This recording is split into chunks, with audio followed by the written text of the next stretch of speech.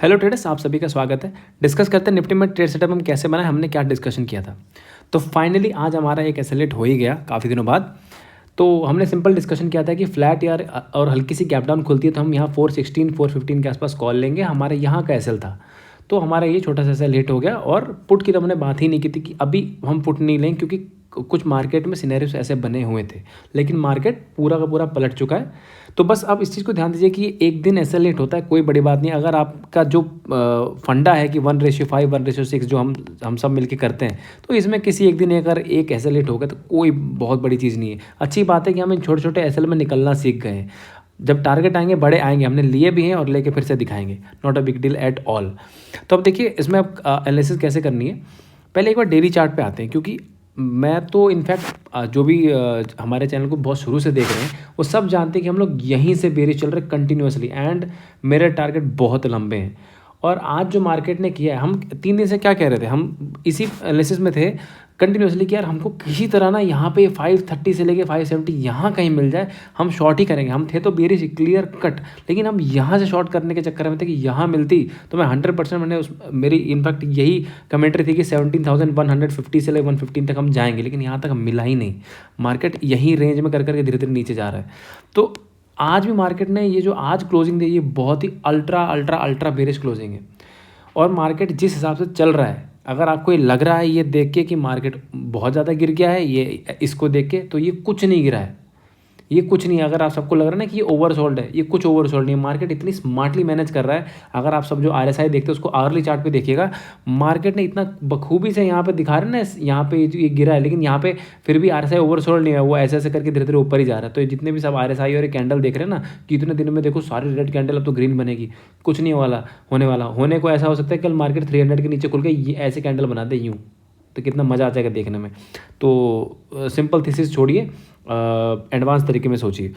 तो यहाँ पे अभी आते हैं। तो एक चीज़ ये क्लियर कट जो हमने मार्च की जो ये क्रैश का जो ट्रेंड लाइन है यहाँ पे, इसका हमने ब्रेकडाउन तो काफ़ी दिन पहले से कर दिया और इसके नीचे सस्टेन कर रहे हैं। और ये जो स्ट्रक्चर आप एक नॉर्मल नेकेड आई से वैसे देखेंगे तो अल्ट्रा वेरी स्ट्रक्चर है कि पूरे चांस है कि ऐसे ऐसे करके, मतलब कुछ कुछ दिनों में ऐसे ऐसे करके यहाँ तक भी पहुँच जाए।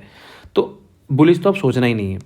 आज मार्केट ने किया क्या है, अगर मार्केट आज जैसे देखिए, सोचने का तरीका कैसे है कि अगर इसको बुलिश थोड़ा सा होना होता, जो हम एक्सपेक्ट करते कि यहाँ पे हम कहीं पुट लेते, तो मार्केट क्या करती कि ऐसा हो सकता था कि यहाँ सब बुलिश पोजीशन लेके बैठे थे, एंड जस्ट बिकॉज की एक्सपायरी थी तो वो ये करता। मैं जूम करके दिखा रहा हूँ कि ये यहाँ पर, मैं इस कैंडल को यहाँ पे इमिटेट करके दिखाता हूँ कि यहाँ पे अगर ये वाला लेवल है, ये ऊपर जाकर धीरे धीरे सबको नीचे यहाँ पे करके, ताकि सबने जिसने कॉल लिया उसको जीरो करके एंड वापस से 350 जो ये वाला पॉइंट था इसके ऊपर लाके क्लोज करता। जो मैं आपको यहाँ फिर से दिखा रहा हूँ कि जो ये वाला कल का जो ग्रीन कैंडल का जो लो था, ये वाला पॉइंट यहाँ पे, ये सबका आज कॉल जीरो करके वापस ऊपर क्लोज कर जाती, लेकिन आज मार्केट ने ऐसा नहीं किया और ये कर दिया सबसे गलत काम। अगर इसके ऊपर फिर भी क्लोज कर दिया होता तो मैं फिर भी एक बार यहाँ तक के टारगेट के लिए बैठता, लेकिन अब तो नहीं बैठूंगा, अब मैं बैठूंगा यहाँ तक के लिए।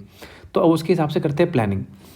तो मार्केट ने सिंपल 5 मिनट के चार्ट पे आते हैं।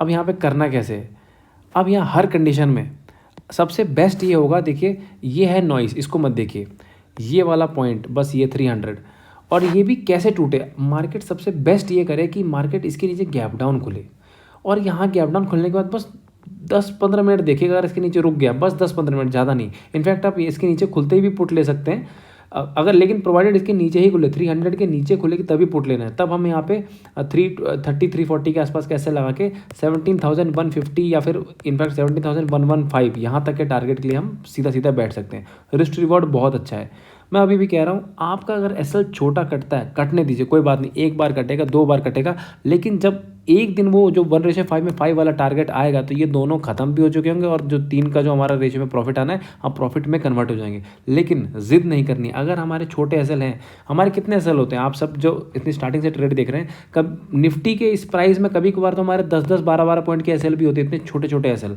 तो ये बहुत ही छोटे एसएल है, तो इसलिए डरने वाली कोई बात नहीं है। तो यहाँ पे हम गैप डाउन खुलती है तो पुट लेंगे। एक चीज़ है कि देखिए, आप थोड़ी साइकोलॉजी यहाँ समझिए कि अब मार्केट ने अगर यहाँ से डाउन खुलने के बाद और नीचे ही क्लोजिंग दी है और स्टिल अगर वो अपने आप को फ्लैट खोलने में मैनेज हो जाती है, मतलब ये थोड़ा सा बुलिश साइन हो गया। मतलब बुलिश साइन ये नहीं कि अब यहाँ से मैं यहाँ के लिए बैठूंगा, मतलब वो हो सकता है यहाँ पे वॉल्टिलिटी क्रिएट करे कि फ्लैट, या फिर जैसे मान ली 350 यहाँ पे कहीं बीच में खुलती है और यहाँ पे खुल के अगर ये हो सकता है कि ऐसे करके थोड़ा नीचे ला के और थोड़ा एसएल वैसल हिट करे, तो ये थोड़ा सा गलत सिनेरियो हो जाएगा। सबसे बेस्ट है कि गैप डाउन खुल जाए, और इनफैक्ट इसके नीचे गैप डाउन खुल गई फिर तो मज़ा ही आ जाएगा। इसके नीचे गैप डाउन है तो फिर डायरेक्टली पहले यहीं जाएगी, फिर ऊपर जाने ही नहीं वाली। एक हरी कैंडल आपको यहाँ नहीं दिखाएगी, डायरेक्टली नीचे नीचे ही जाएगी। तो फ्लैट खुलने के सिनेरियो में मैं थोड़ा सा इसमें वेट करूँगा कि फ्लैट खुल के अगर ये 300 को तोड़ती है और 300 से लेकर 270 के बीच में, फ्लैट और गैप अप के केस में अगर ये 300 को तोड़ती है एंड 270 यहाँ पे कहीं ये रुक के तब निकलेगी, तब मैं पूरा फिर यहाँ पे नीचे बैठूंगा। दोनों सिनेरियो में थोड़ा डिफरेंस है। कॉल में तो अब मैं तभी बैठूंगा जब market directly gap up open हो कल इस पॉइंट के ऊपर, इसके ऊपर गैप अप ओपन होगी तभी मैं कॉल लूँगा, नहीं तो चाहे यहाँ से चली जाइए 600 तक, फिर मैं वहाँ से पुट ले लूँगा, लेकिन यहाँ से मैं कॉल नहीं लूँगा। क्लियर कट है।